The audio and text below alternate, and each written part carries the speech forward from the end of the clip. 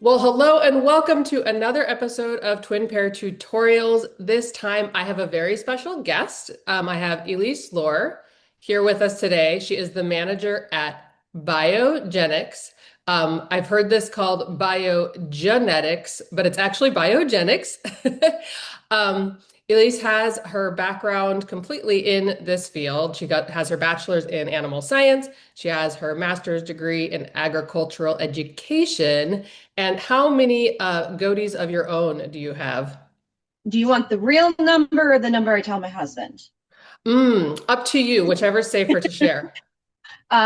Approximately 25 of my own. And then we also have sheep and mini donkeys and mini horses and mini cows and for the petting zoo. So all the things. Very, very nice. So I wanted to bring on Elise today because at this time of year, I often have people who are interested in getting started with AI. They think about taking an AI class, or buying straws, but they haven't actually learned about the logistics. They don't know how straws need to be stored. They don't know how to shop for quality semen out there. Just because it's for sale does not mean it's any good. Um, so for folks who are new to AI or artificial insemination, or maybe they even just got their first dose and they're thinking, oh, I'm just going to do this AI and never own a buck of my own. Um, can you talk about the conception rate of like traditional AI versus lap AI, laparoscopic AI versus a live cover buck? Okay. So when she says normal AI, we talk about transcervical. That's what we can do ourselves.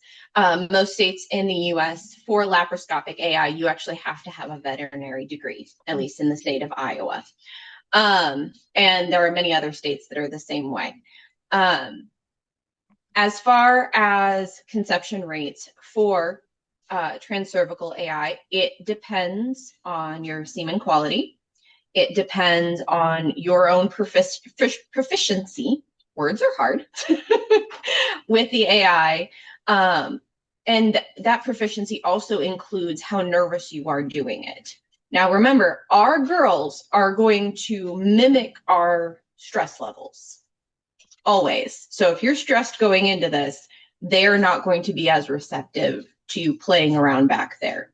Now, that being said, if you are doing maiden does, which are does who have not had babies back there yet, you are going to have traditionally a lower conception rate with transcervical AI.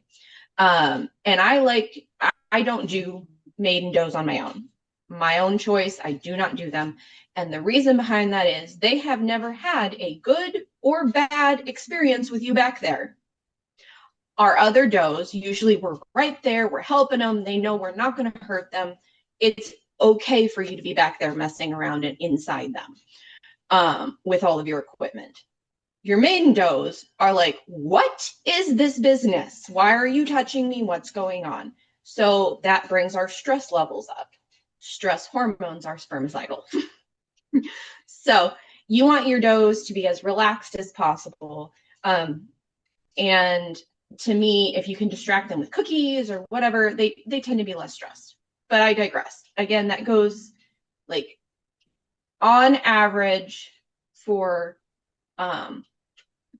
transcervical AI, you're going to get about 75% conception rate once you are proficient. Now, that being said, the wonderful woman who started Biogenics, Teresa Wade, she has a 98% conception rate with her transcervical AI. She has also been doing this forever. So if you're constantly practicing, that number is going to go up. Now, lab AI, because you are literally going inside and putting that sperm as close to that egg as we can possibly get, as long as your vet is good, you are going to get an 85% or higher conception rate. Now, if you throw your buck out for a month with your girls, he's going to get them covered unless there is something wrong with the buck. Now that I've said that, there is also the semen that you're putting in there has something to do with how effective you are going to be. So if they do not take care of the buck properly, if he didn't have good nutrition, if he had an illness going on, that semen in that straw may not be par. It may not be very good. It could have had something happen to it. The tank could have gone dry.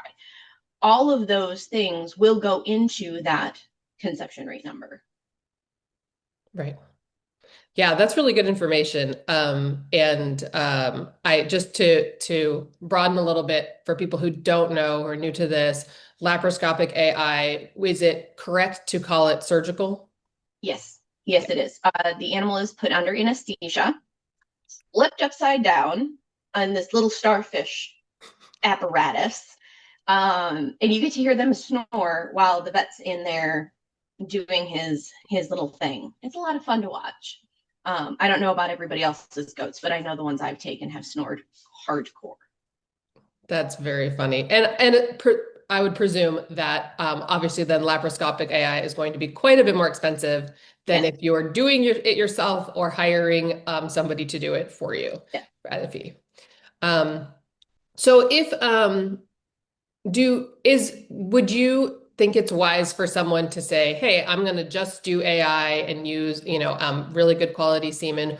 Or do you think that it is beneficial to still have a real live buck on your farm as well?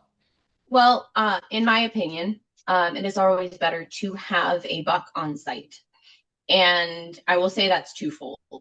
One, because conception rate for AI is not 100%, it's always good to have a boy who can clean everybody up that didn't get got. First thing. Second thing, your heats for your does will be exponentially better if you have a boy on site, because they need that sight, they need that sound, that awful blubbering, that the smell that the boys emanate this time of year. Dear Lord, that all goes into her heat and how strong that heat's going to be and how long that standing heat's going to last. So even if you're just going to do AI, let's say that you have standard size goats, Sonnens, Alpines, Toggenburgs. If you are AIing, it is still good to have one of those boys there. Now, if you cannot physically do it, do not do it. Like, if you cannot handle the boys, because they are testosterone based creatures that really don't have brains that work all year round. That being said, they will drag you. If you are going to get hurt, don't do it.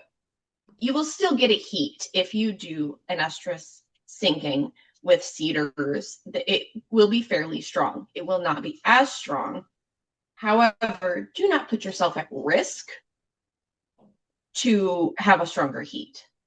Do I suggest it? Yes. But I also have fainters. But on the opposite end of that, we have the bucks here for bio that weigh almost 300 pounds. And if one of those boys decides they don't want to do something, it's not happening. Right. It's not happening. Right. So that definitely makes sense. It's really common on Facebook or wherever to see either breeders advertising semen they have for sale or collection companies, agencies like Biogenics. But not all semen is created equal. So you talked about, obviously, there's things that could be health, age, whatnot with the buck when he was collected. So what does a potential buyer need to look at in straws to make sure they buy ones that will ultimately be the most successful? a couple things that I do. One, and first and foremost, if you are buying semen that they have purchased, that the person you're buying from has purchased, and it has been in their tank, what type of tank do you have, and how often are you filling it? Because that is going to tell you if there has ever been a time that has gone low. It could have gotten warm. Semen is supposed to be kept at negative 140 degrees Fahrenheit. You burn at that cold of temperature. Do not be sticking your hands in things. That being said, I pull canes out with my hand because I don't have fingerprints anymore, as Westy can attest. Um, but find out how often they fill their tank. If the buck that was collected and you are purchasing is on site, see if you can see him. Go put eyes on him. If you are buying from a company, how often do they check their tanks? How often are they filling their tanks? Do they know who the consignor is? Unfortunately, some of the companies, including Bio, we don't give out the name of our consignors without their permission. But with their permission, we can do that. And I will always say, I can't give you that information, but let me reach out to them and see if they can reach out to you. Another thing, as far as semen quality goes, talk to other breeders. Find out who has collected the semen. Post-thaw is very important. Some of us have that information, some of us don't. So like for biogenics, when Teresa was collecting, nothing under 85% post-thaw was ever kept, as far as I'm aware. That is what I've been told by her as a collector. But our semen clearinghouse semen, which is semen that we have gotten from other people's tanks that they're not going to use themselves and would like to move it on to somebody else, we don't have that information. I don't even have like a buck history unless it has been given to me from the consignor. I don't have it. But talk to, like, let's say, we'll use the Purcells. AAA, which is All American AI, was out in Oregon. They collected for years. We have semen of theirs from the 70s in our tanks. Now, that some of your viewers may be like, the 70s, that is old. Yes. But because they were so meticulous, you can still get viable offspring from that semen. Which is so cool. Yes, exactly. And for those of you who like the old style, big bodies, chunky monkey walking around girls, that's the direction you want to go. You want to go backwards rather than forwards. A lot of the girls we see in the ring now are very feminine. You have the big long necks, the more petite frames, very angular. It didn't used to be that way. And if you are a fan or want to go old school, going back further is going to give you the bigger body style that you want. Now, when you're checking your other breeders, you can ask, hey, do you like this company? Do you like this company? What company do you prefer? What's gotten the best conception rate for you? I like Teresa's stuff. I've used Bill Nolan's stuff. I've used stuff from a lot of different collectors that are out there right now. But I cannot speak to the quality of somebody else's semen because of my job. I work with all of these people. They are amazing people and they put their heart, soul into what they do. Some of them I have used. I have not used all of them. So I will never speak to, this collector is better than this collector, or don't use this person. Sure. Right. Always talk to other breeders. Talk to other people who have had their animals collected by more than one person. Like, they would be able to tell you, oh, I liked how they did this better, or this seemed to work the best for what I wanted. So also remember that the buck's health at more those different times are always going to be different. So just because one person had a better collection than somebody else collecting the same buck doesn't mean necessarily that it is the collector's fault. It could have been the age of the buck. And I will say that in 21, when we were doing the collections, they stopped producing the extender that we had been using for years. And so we had to completely remath a new extender, which then is going to affect the semen quality from the that collection because you haven't perfected. Right. So, just to go back, can you explain what post-thaw motility is and how it's Yep. measured? Okay, so when you get your butt collected, start at the beginning of the collection. You bring your boy in, you bring a girl in who is in heat. Make sure they do not have access to each other in this trailer. You will not believe how often that happens. Um, and we'll put the girl up. The boy will jump. We will catch his manhood using an artificial vagina and collect semen that way. We will have him do multiple jumps because the likelihood is one jump is not going to do it for the amount of straws that you want. That being said, we are going to look at that semen. We're going to put it in an extender. We're going to mix it up, and then we're going to look at it under a microscope. That is your freeze motility. So that is straight out of the buck. How is your semen looking? Is our morphology, which is how it's put together, how it looks. Your motility is how many of the swimmies are swimming around and alive. So then when we take the semen and we actually freeze it, we cool it, we freeze it, and then after we freeze it, we pull a straw and we thaw it and we look at it under the microscope and we see how many swimmies survived freezing. That is your post-thaw motility. I understand, like I've seen some people now, some processors are like using a computer model that's saying how, the percentage of post-thaw motility. In the past, was that done by like a visual measurement? Yes.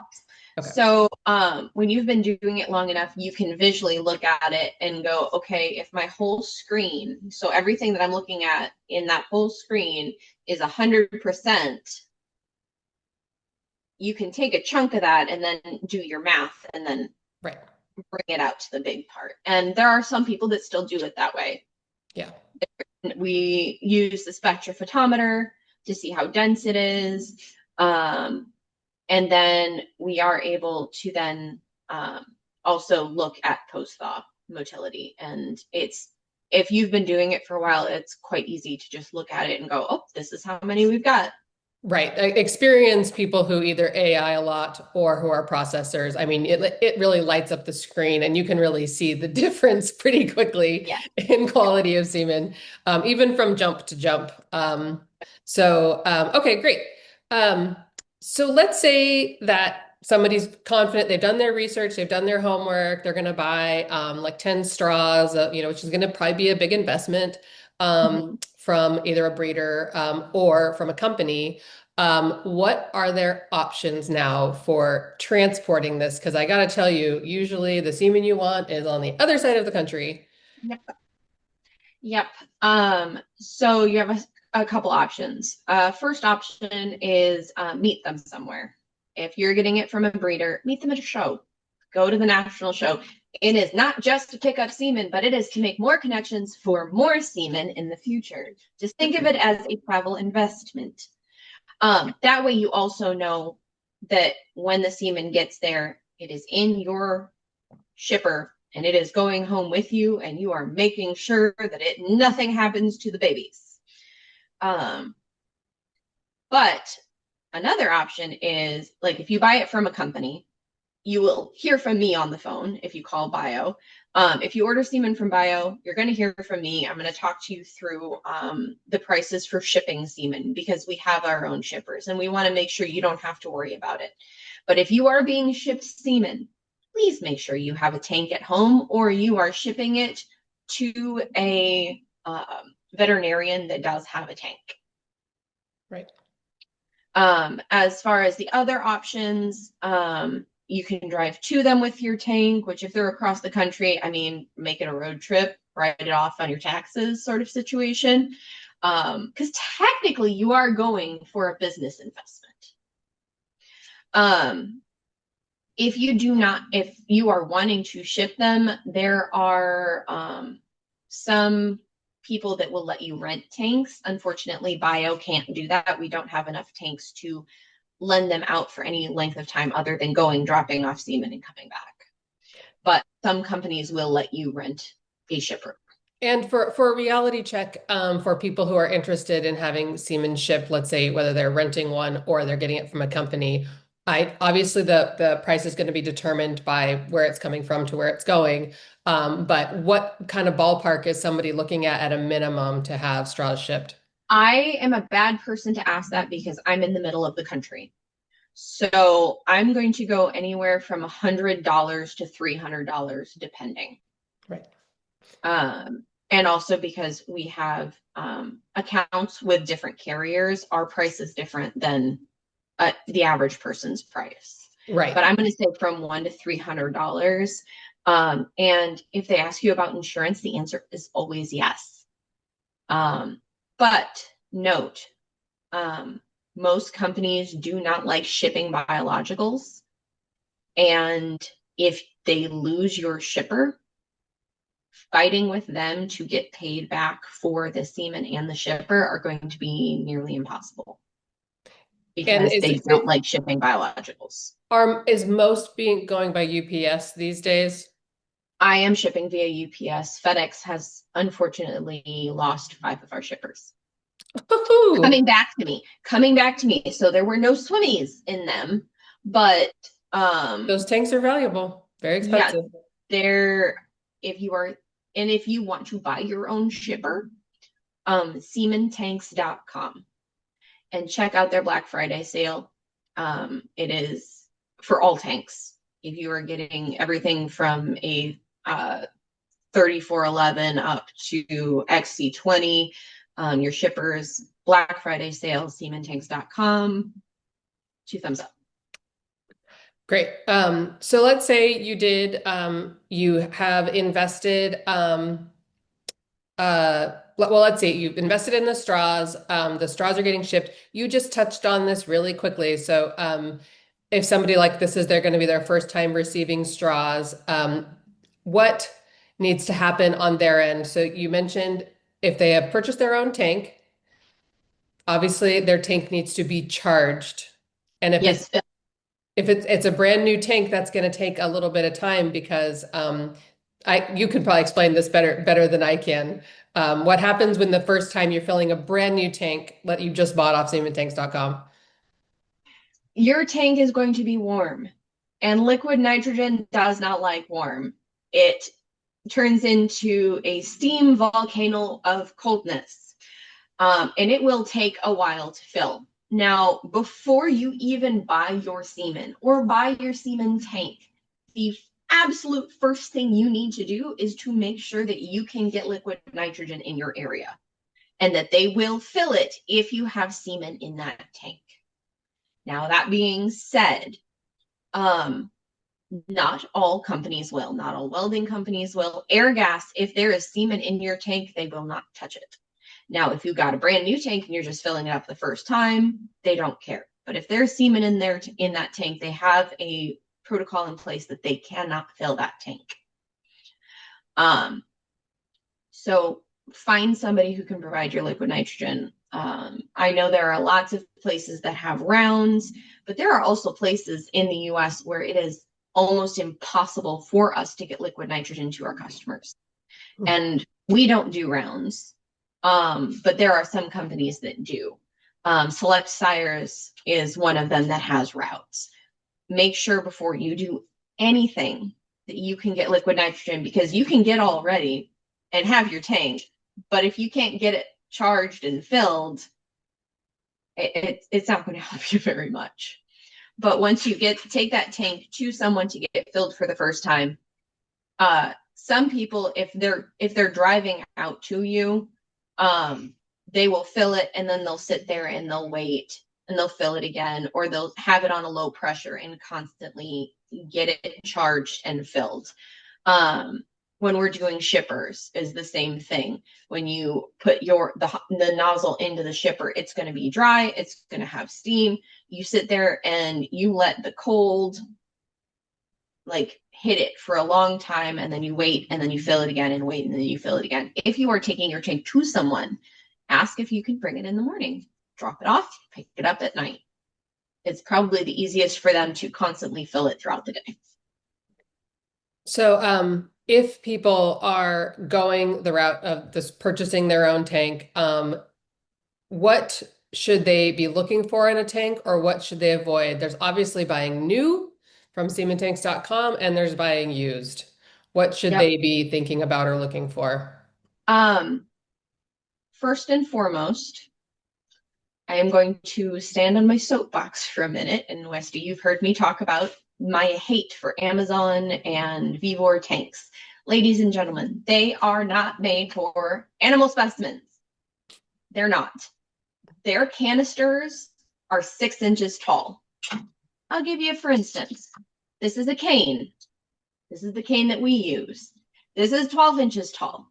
So when you get one of those cheap tanks from Amazon or Vivo or whatever, and the canisters are only this tall, this is going to sit offset in the middle of your tank and you're not going to be able to shed it, which then makes me have to fold them or break them or cut them or just have the straws sitting in the goblets. None of them are good options. Do not get those. If you are going to buy used, find out how often, make sure you are buying from somebody that you know or that your friends know and can trust. First thing. Second thing, find out how often they are filling that tank. If it is a couple times a month, no, we're done. That's just period no. Find out what the average drop is per week. So if you have a tank, you should have a liquid nitrogen measuring stick. Try saying that 10 times fast. And you should be measuring them every week, once a week. Here at Bio, it's on Wednesdays because Thursdays are when they are able to deliver liquid nitrogen. So if I'm measuring it on Wednesdays and I was like, hey, I'm going to need liquid nitrogen next week, I can call and then the next Thursday it will be arriving. As far as used tanks, I've had good luck personally. I have actually gotten used tanks from consignment auctions where nobody knew what it was, so nobody was bidding on it. I have been to farm auctions where my happy rear end has sat on a tank so that nobody knew what it was. And I just sat there and I perched. My husband, one of my tanks, my husband picked up at a farm auction. He took a picture of it and goes, well, this looks familiar. And I was like, yes, it does. I do need that. Thank you. But it's not just for me. I do this because I do have a list of people that want used tanks, but I will not sell it to anybody if it's going to fail. So when you bring it home, the first thing you do before you put any semen or whatever, you charge it. And then you wait a month. You measure that thing every week. It should not be dropping 10 centimeters. I'll use this as an example. One of the tanks that we got Semen Clearinghouse semen in last August, I drove out to Montana to get it. The tank between last Wednesday and this Wednesday dropped 10 centimeters. That's a lot.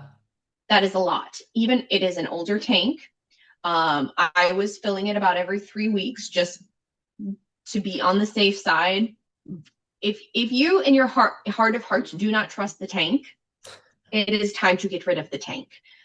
So when it dropped 10 centimeters, and I'm not saying that it was like anywhere near bad or it was dead or anything like that.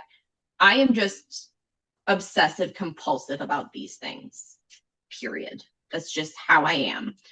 And I measured it and I went, you know what? I have been fluffing with you for a year. I am going to move everything out of you and put it in tanks that I trust. And you are going to die.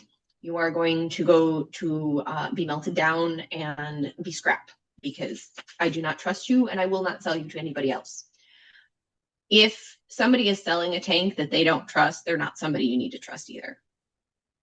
But if they're getting rid of it because I've got a bigger one, that's a much better situation. Um, but if you are starting out and you don't have a history of working with tanks and knowing what you're looking for, honestly, I would lean more towards getting an XC20, brand new, probably from SemenTanks.com. They hold 660 of the half cc straws, which is what we usually use. Quarter cc straws, they can double it. So that's what I would do. If you've been doing tanks for a while and you know what you're looking for, used tanks are great. You can save yourself some money. But also on that note, you are taking a risk. And under no circumstances do you just skip a week, because that is the week that something will fail on you. That is wise, wise, wise information. Well, we are about out of time, so I think that's a good place to stop it. But thank you so much. This has been great information. Anybody can go on. Trying to remember, is it biogenics.com or is it biogenicsllc.com? It's biogenicsllc.com. And my contact information is on there. If you want to call the office and you have any questions for me, it's 515-515-6500, extension 3. Extension 2 is my coworker, Alyssa. If you are ordering equipment, she would be happy to take your order on the phone if you are not web inclined. But since you're here, it's nice seeing you. Yeah, yeah. Well, thank you so much for your time, Elise. We really appreciate it.